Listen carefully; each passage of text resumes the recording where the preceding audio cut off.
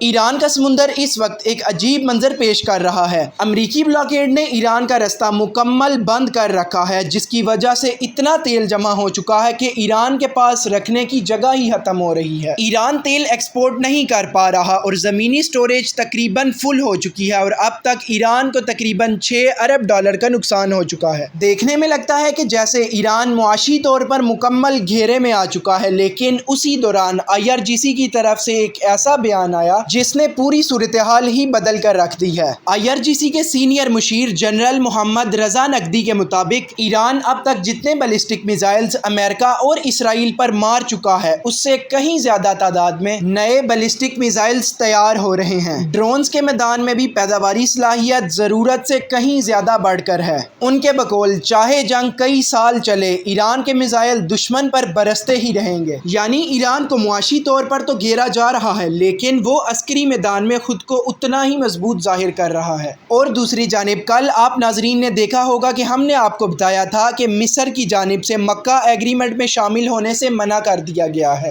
لیکن اب ایک نئی رپورٹ سامنے آئی ہے جو پوری کہانی بدل رہی ہے۔ مڈل ایسٹ آئی کے مطابق اصل وجہ کچھ اور ہی نکل رہی ہے۔ خود سعودی عرب مصر کو اس مکہ ایگریمنٹ میں شامل کرنے کے لیے تیار نہیں ہے، باوجود اس کے کہ ترکی مصر کو ساتھ ملانا چاہتا ہے، مگر سعودی عرب بیچ میں رکاوٹ بن رہا ہے۔ سعودی ولی عہد کی مصر کے صدر السیسی کی حکومت سے ناراضگی چل رہی ہے۔ سعودی عرب نے 2013 کی بغاوت کے بعد صدر السیسی کی مصر میں حکومت کو تقریباً $25 ارب دے کر سہارا دیا تھا، لیکن اب سعودی عرب کو شکایت ہے کہ اہم سیکیورٹی معاملات پر مصر کی طرف سے وہ تعاون نہیں مل رہا جس کی سعودی ولی عہد کو امید تھی۔